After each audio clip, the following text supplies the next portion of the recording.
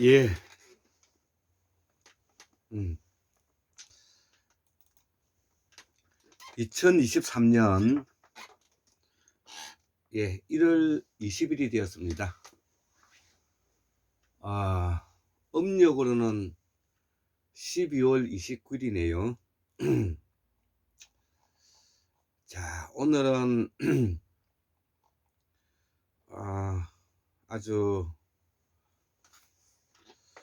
즐거운 명절인 설을 앞두고 저녁 한 11시가 되었는데 제가 서재에 올라왔습니다.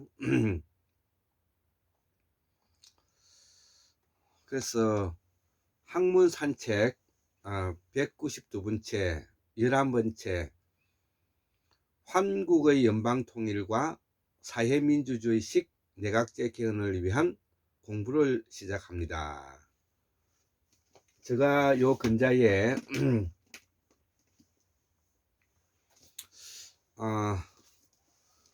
율곡 이중재 선생님의 새가야사와 상궁열전이라는 책을 이제 읽고 있죠. 1장, 2장, 3장, 4장, 5장으로 이렇게 되어 있는데요. 제가 앞에서도 설명했다시피 율곡 이중재 선생님은 성인이시고요. 우리 그 상고사회 또 한의학의 대학자이시죠. 이 안에 있는 내용의 글의 아름다움이라는 것은 이루 말할 수 없고요. 문장이라든지 그 문맥에 있어서의 그 아름다움이 아주 철철 넘치는 그런 그 글귀를 우리가 여기에서 맛볼 수 있습니다.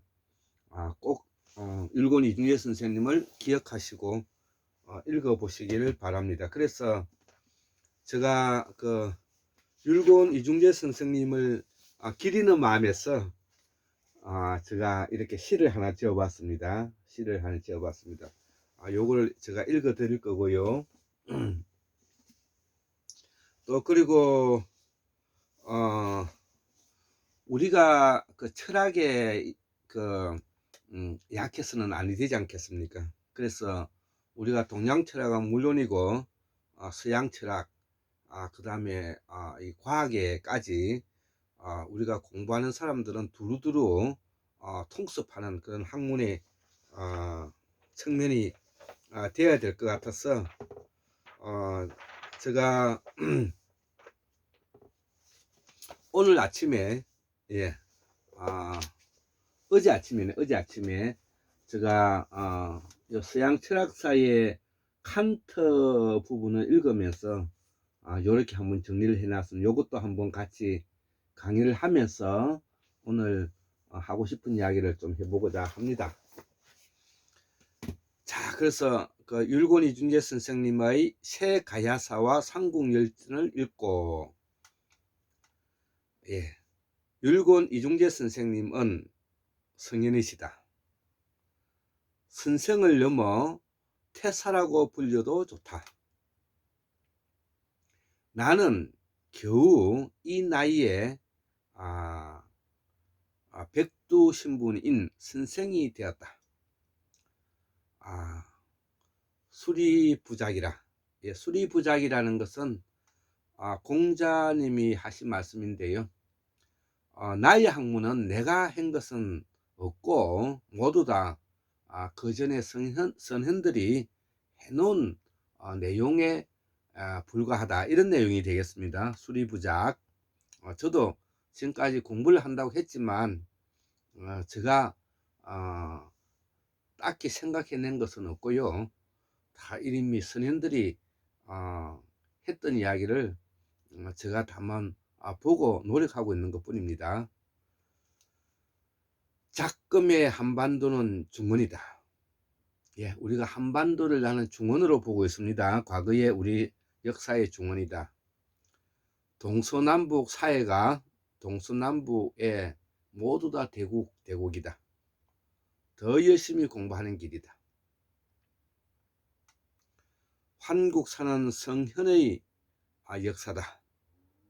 성현의 도학만이 답을 준다. 책상에서 한치도 물러서지 마라. 마고성, 돈항, 시안, 서한, 장안, 낙양, 북경, 순다대륙, 서해대평원, 연해주, 간도, 국조 5조당을 모시며 나의 길을 간다. 2023년 1월 18일 제가 적었던 글이고요. 제가 오늘 아침에 이 보살사상과 앞으로 우리의 그 프로그램에 대해서 한번 정리를 해 보았던 것입니다. 자, 그래서 이 보살사상은 우리 한국사의 정통사상인데요. 산스크리트는 보디사뜨바라고 하고 이를 한자로 옮기면 보리살타가 되는데 이를 줄여서 우리가 보살사상이라고 한다고 했습니다. 한자로 옮기면 본생이 되고 이 보살의 뜻은 본래 타고난 성품과 성격대로 우리가 살아가자 이런 내용입니다. 그래서 이 보살사상을 어떻게 현대는 정의하고 있느냐 하면 현실적이고 실질적이고 구체적이다. 현실적이고 실질적이고 구체적이다. 그리고 초월적 초자연적 요소를 가지고 있다. 여기 우리가 보살사상을 대비하는 핵심 사상인 것입니다. 그래서 초월적 초자연적인 요소를 가지고 칸트의 철학과 우리의 서양 철학을 비교해서 한번 표현해 보고자 합니다. 그래서 초자연적인 것은 경험론과 통하고, 이 경험론은 일어나는 사태에 대한 문제를 다루는 것이라면, 초월적이라는 요소는 이성론으로서 추론하는 과정이라는 것이죠. 예, 설명을 삼가하고 넘어가겠습니다. 그래서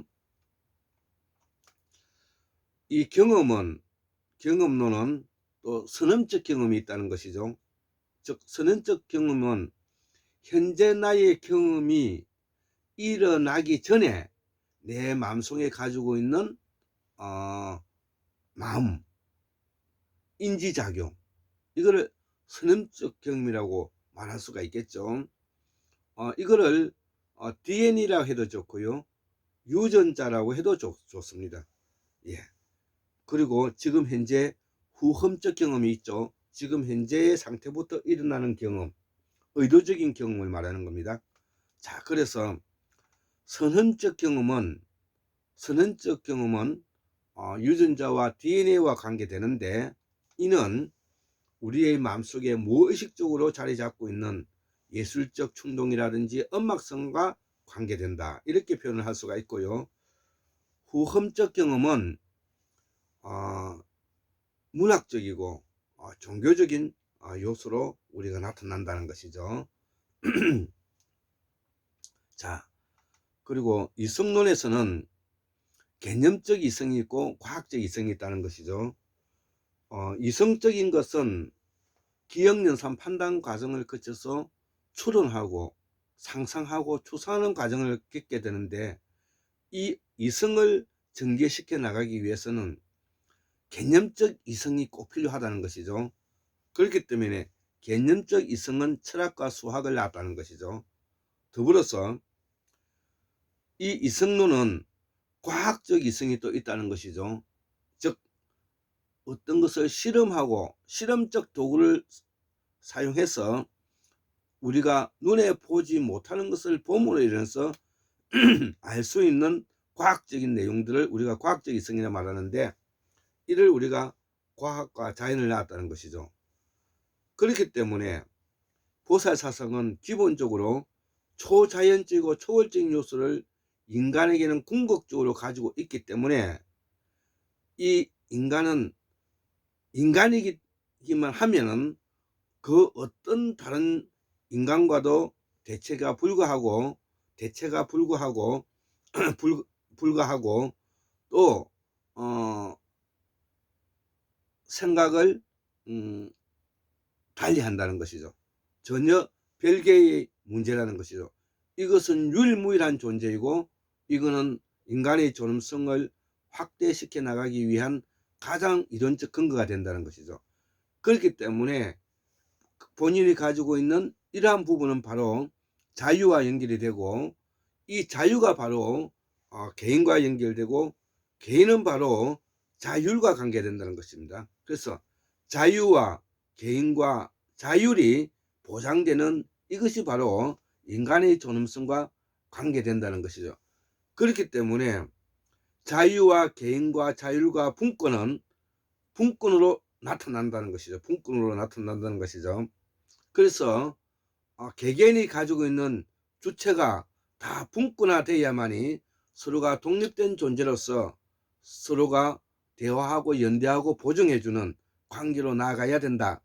그렇기 때문에 기존에 지시하고 명령하고 억압하고 지시하는 관계와는 전혀 다르다는 것이죠. 그래서 자유와 개인과 자율과 분권으로 나아가는 단계가 되는데, 이러한 분권으로 나아가는 과정에 우리가 나타나는 현상이 무엇이 필요하냐?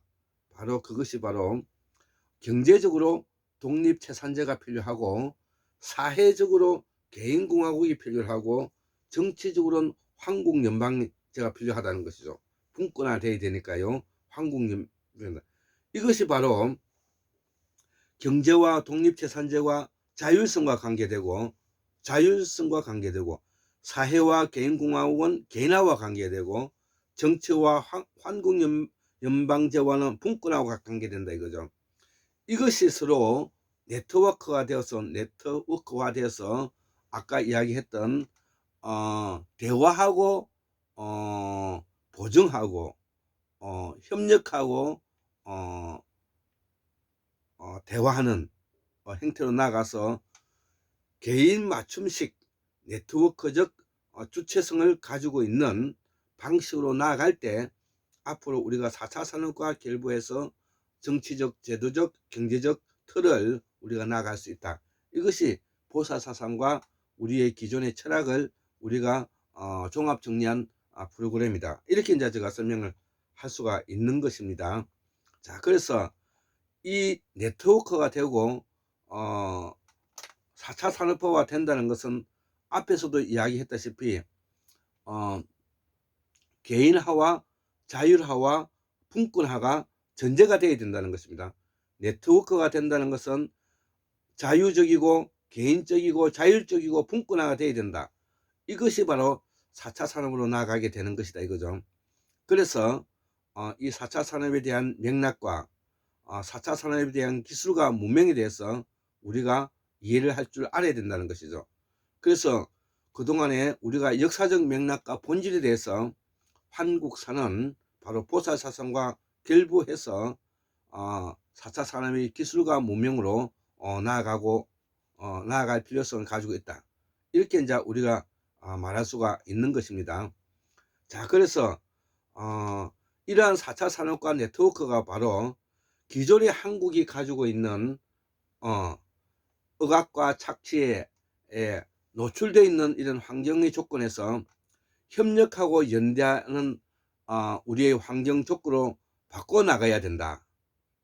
이 이야기를 하는 것이고, 이런 것이 되지 않으면은 우리는 계속하여 전제 왕권 국가에서 하고 있는 네트워크화 되지 못한 채 수직적 리더십을 바탕으로 하고 있는 피라미드 구조로서 불안한 무상계급과 봉급생활자 집단과 전문가 집단과 기득권 추구 집단과 기득권 장악 집단이 이렇게 5분위로 나누어져서 우리가 서로 억압하고 폭력하고 착취하는 구조로 발전해 간다는 것이죠. 그렇기 때문에 지난 우리가 코로나 3년 기간에도 바로 불안한 무상계급의 20%와 봉급생활자 집단의 20%를 포함해서 40%가 바로 전문가 집단, 기득권 추구 집단, 기득권 장악 집단에서 20%가 착취당했다는 것을 우리가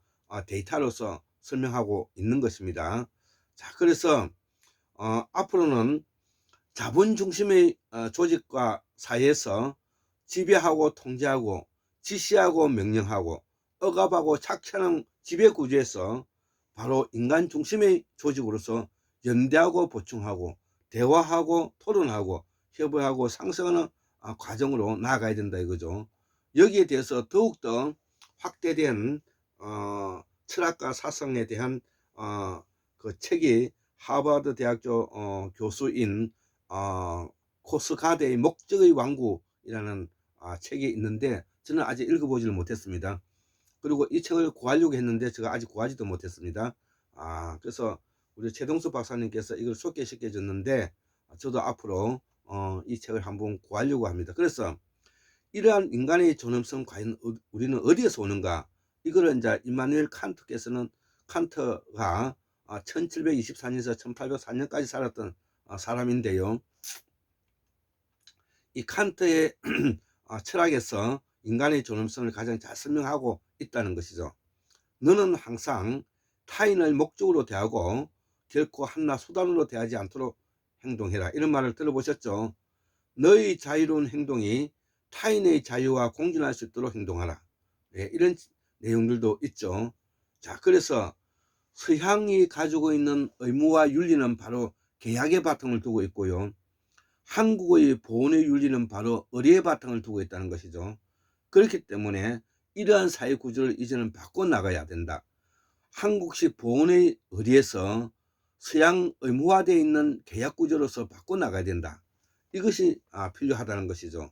자, 그래서 이러한 인간의 존엄성은 과연 그러면 어디에서 나오는가? 아까 앞에서도 이야기했다시피 보살사상에서 나오는데 실질적이고 구체적이고 현실적인 바탕과 초자연적 요소가 초월적인 요소에서 나오게 되는데 이것이 궁극적으로는 자유와 개인과 자율성을 가지게 되고 이 자율성이 바로 독립성을 가지게 되기 때문에 이것이 바로 자율성과 독립성에 대한 자기 입법적 보편적 입법으로 나아가야 된다는 말이 되는 것이고 이러한 것이 인간의 존엄성의 기본적인 틀이 되는데 그러기 위해서는 우리가 교육 훈련이 필요하는데 이성의 기능을 활성화시키는 것이 필요하고 리더십의 본질도 필요하고 생명을 불어넣는 것이 필요한데 이러한 교육 훈련의 바탕 위에서 인간의 존엄성을 나아가기 위해서는 바로 합리적인 사고의 사변적 바탕과 비판적 사고의 인지작용과 추론적 사고를 가지고 있어야 된다는 것이죠. 그래서 어떤 사물에 대해서 합리적이냐 비판적으로 보고 추론적 요소를 우리가 가지고 있을 때 우리가 이거를 보다 더 확장시켜 나갈 수가 있다는 것이죠. 그래서 이 칸트의 인간관을 가장 잘 설명한 내용이 있기 때문에 또 한번 여기에 대해서 설명을 해보고자 합니다. 이거는 우리 최동수 박사님이 너무나 좋아하는 글이어서 저도 이 글을 다시 한번 읽어보겠는데요. 인간의 이성은 인간이 가지고 있는 이성은 자연적 본능을 훨씬 능가하며 자연적 본능을 훨씬 능가하며 그러니까 자기 초월 영역을 훨씬 능가한다는 것이죠. 예, 아까 앞에서도 설명을 했습니다. 자신의 입법 능력을 이제 말하는 것인데요. 그래서 자신의 모든 힘을 사용하는 규칙과 의도를 확장시키는 능력이며 인간의 이성이 그렇다는 것입니다. 확장시키는 능력은 그 기획력은 한계를 모른다. 예. 그래서 여기에 대해서 조금 더 보완을 하면 우리가 의학의 개념이 신체적, 사회적, 정신적 완결한 상태 플러스 영성의 감이라는 것이죠. 그래서 신체적, 사회적, 정신적 완결한 상태 바로 그 정신이 바로 영성과 영혼을 말하는데 영성과 영혼은 바로 가상적이고 추상적이고 상생적인 요소를 가지고 있기 때문에 인간은 기본적으로 이성적인 존재를 가지고 있는 존재라는 것이죠. 그래서 이성의 확대가 바로 자신의 모든 힘을 사용하는 규칙과 의도를 확장시키는 능력이고 그 기행력은 한계를 모른다. 이렇게 뭐냐면은 칸트는 설명하고 있다는 것이죠.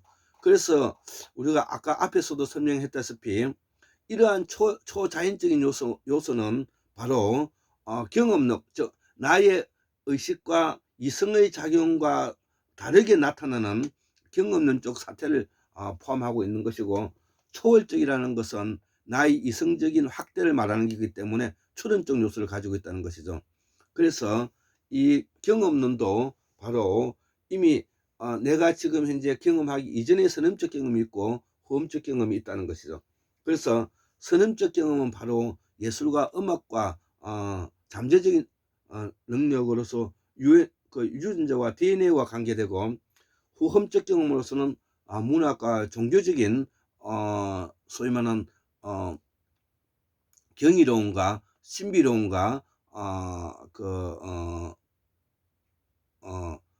경이롭고 신비하고 초월적인 어떤 그런 초자연적인 그런 요소를 가지고, 그래서 이는 바로 문학과 종교와 관계된다는 것이죠. 그래서 이런 후험적 경험이 바탕이 바로 이 믿음과 와 관계된다는 것이죠. 자, 그래서 아까 앞에서도 다시 한번 설명했지만, 이성적인 것은 추론적인 요소를 가지고 있기 때문에 그 추론적 요소는 바로 기억영상 판단 과정을 거치는 관계로서 개념적인 이성과 과학적 이성을 표출하다는 것이죠. 그래서 신체적, 사회적, 정신적 완결한 상태 플러스 영성의 감이라는 것은 바로 이성의 확대인 추상화를 말하고 있다, 이렇게 이야기할 수 이야기인 것입니다. 자, 그래서 여기에 대해서 조금 더 설명을 해보면, 너는 항상 타인을 목적으로 대하고 결코 한낱 수단으로 대하지 않도록 행동하라 해서, 타인을 목적으로 대하라고 하는 말이 선뜻 이해가 안 돼서 질문을 해보면, 자본가들이 사람을 고용하고 대할 때 그 목적이 돈을 벌기 위해 사원들을 쓰잖아요. 그들은 인간의 존엄성에 대해서는 아무것도 모릅니다. 그렇다면 자본가들의 목표는 돈을 벌기 위함인데, 직원을 고용할 때나 사용할 때 직원을 돈으로 목적으로 대하고 결코 한낱 수단으로 대하지 않습니다 말을 하였다면, 칸트가 말하는 것과 어떤 게 다른가? 여기에 대해서 질문이 이제 우리 최동수 박사님에게 왔는데, 여기에 대해서 어떻게 생각하냐면, 인간의 존엄성은 자유와 그 자유를 사용할 수 있는 자기 입법 기능, 즉 자율성에서 나온다는 것이죠. 인간의 존엄성은 자유와 그 자유를 사용할 수 있는 자기 입법 기능, 즉 자율성에서 나온다, 이렇게 이제 설명하고 있다는 것이죠. 예, 여기에 대해서는 앞으로 좀 더 저도 공부를 해야 되고 해서, 앞으로 좀 더 공부를 하면서 다시 한번 또 이런 설명을 해보도록 하겠습니다. 예, 기본적으로 이런 부분들을 우리가 이해해야 되고, 이러한 이해 부분들을 바탕으로 해서 우리가 네트워크가 되고 제4차 산업인 핵심 기술로서 개인 맞춤형 생산과 개인 맞춤형 서비스와 개인 맞춤형 거래가 일어난다는 것이죠. 예, 그래서 오늘은 이러한 여러 가지를 바탕으로 해서 강의를 한번 해보았습니다. 74,142년 1960년 2023년 1월 20일 예, 금요일 골장 김태수 올립니다. 예, 감사합니다.